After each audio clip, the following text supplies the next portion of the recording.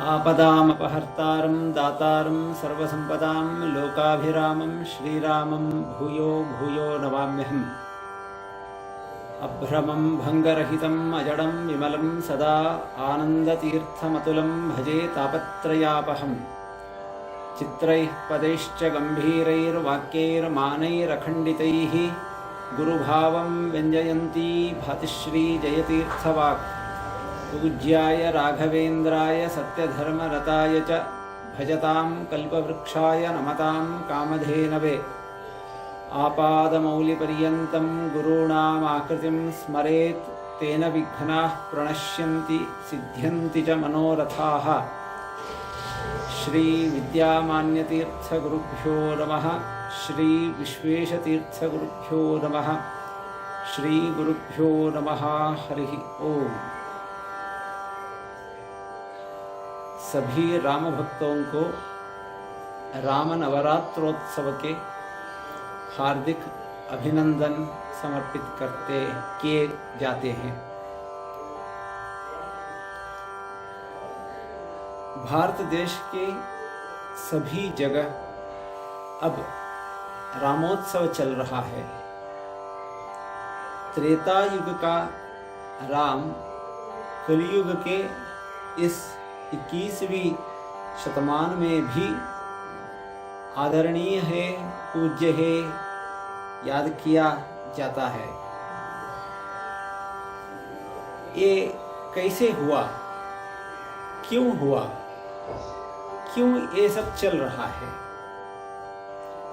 इसको हम समझने चलेंगे तो इनमें दो चीज हमें नजर में आते हैं।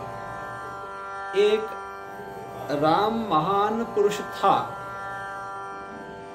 तो इतना महापुरुष था वो अयस्कांत के जैसे था।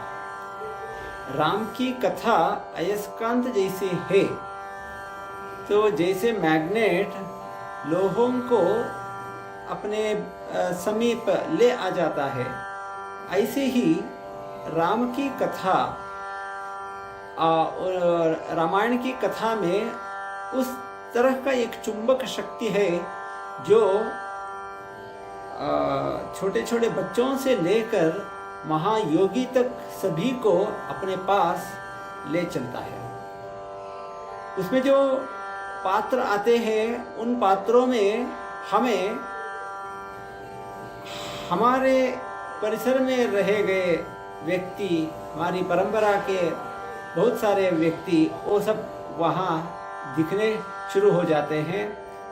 हमारे जीवन के लिए बहुत सारे संदेश वहाँ मिलते हैं। ये एक कारण है। दूसरा कारण है महर्षि वाल्मीकि, उन्होंने जिस रामायण को जिस ढंग से हमारे सामने उपस्थित किया, वो एक अलग ही तरीका है। हम यदि संस्कृत वाङ्मय में देखते हैं, प्राचीन संस्कृत वाङ्मय में ऋषि मुनि प्रणीत बहुत सारे रामायण रहे हैं। जैसे महाभारत में रामायण कथा है, भागवत में रामायण कथा है, बहुत सारे पुराणों में है। वाल्मीकि जी इसके नाम से ही और एक रामायण है, आनंद रामायण कहलाता है। एवं 20-30 रामायण, बहुत प्राचीन रामायण हमें मिलते हैं।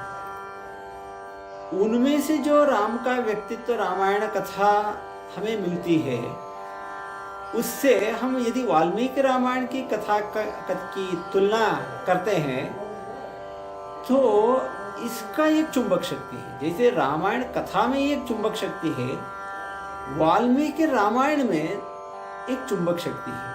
वो क्या है? वाल्मीकि रामायण एक काव्य है। काव्य जो है, कवि कर्म होता है। कवि वो होता है जिसका कवि ही आर्ष दर्शनवान, जिसका एक रसभावादि ओतप्रोत आर्ष दृष्टि होता है, वो महाकवि हो सकता है।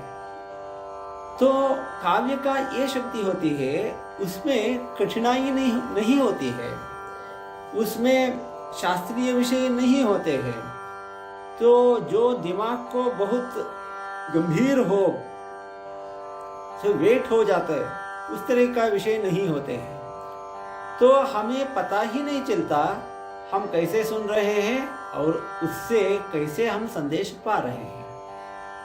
तो वाल्मीकिर गौ पुनीयान्नः मिहिधर पदाश्रया,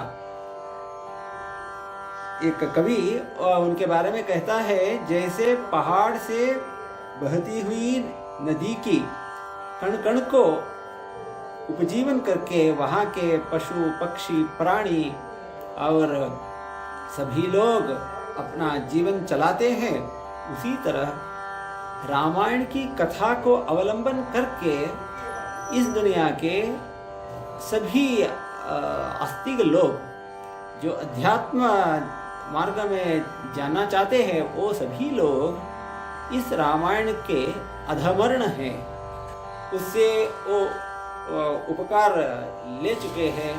कभी लोगों ने तो बहुत अधिक रूप से वाल्मीकि रामायण का उपकार स्वीकार किए हैं।